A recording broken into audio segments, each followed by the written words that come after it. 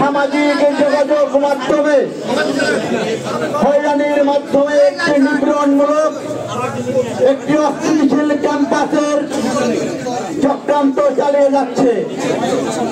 তারই অংশ হিসেবে বাংলাদেশের গণতন্ত্রের সূতিকাগার প্রকাশ্যে দিবালোকে সামাজিক যোগাযোগ মাধ্যমে কোন ধর্ষণের হুমকি প্রদান করেছে।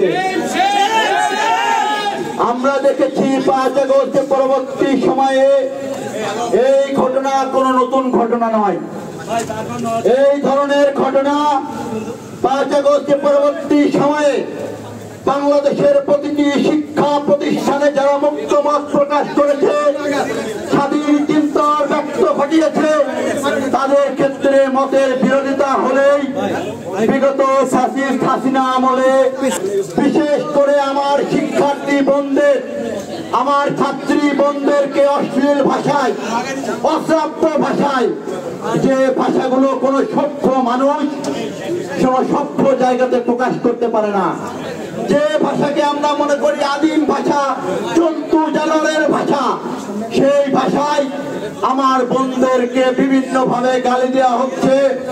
এবং সেই বর্বর সামাজিক আমলে যেভাবে নারীদেরকে গণধর্ষণের হুমকি দেওয়া হতো, মহান ৭১-এ এদেশের নারীদের উপর, আমার বোনদের উপর যে ধরনের নিপীড়ন চালানো হয়েছিল, ঠিক একই কায়দায় সে একই গোষ্ঠী আমরা দেখেছি গতকালকে ঢাকা বিশ্ববিদ্যালয়ে আমার বোনদেরকে গণধর্ষণের হুমকি দিয়েছে।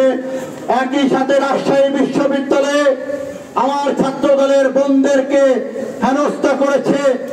এছাড়া বাংলাদেশের বিভিন্ন শিক্ষা প্রতিষ্ঠানে নারীদেরকে যেভাবে নিপীড়নমূলক বক্তব্য, সাইবার বুলিং এর মাধ্যমে আক্রমণ করা হচ্ছে, তার প্রতিবাদে বাংলাদেশের জাতীয়তাবাদী ছাত্র দল ঢাকা বিশ্ববিদ্যালয়ের আজকের এই বিক্ষোভ মিছিল পরবর্তী অবস্থান কর্মসূচিতে আমাদের মাঝে উপস্থিত রয়েছেন বাংলাদেশের জাতীয়তাবাদী ছাত্র দল ঢাকা বিশ্ববিদ্যালয়ের সংগ্রামী সভাপতি গণেশ চন্দ্র রায় সাহস।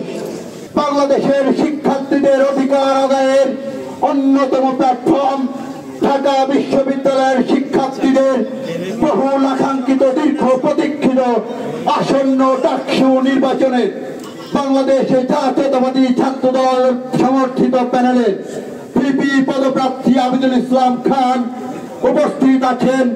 সাধারণ সম্পাদক ও পদপ্রার্থী শেখ তানভীর বাড়ি হামিম সহ বাংলাদেশের জাতীয়তাবাদী ছাত্র দল সমর্থিত প্যানেলের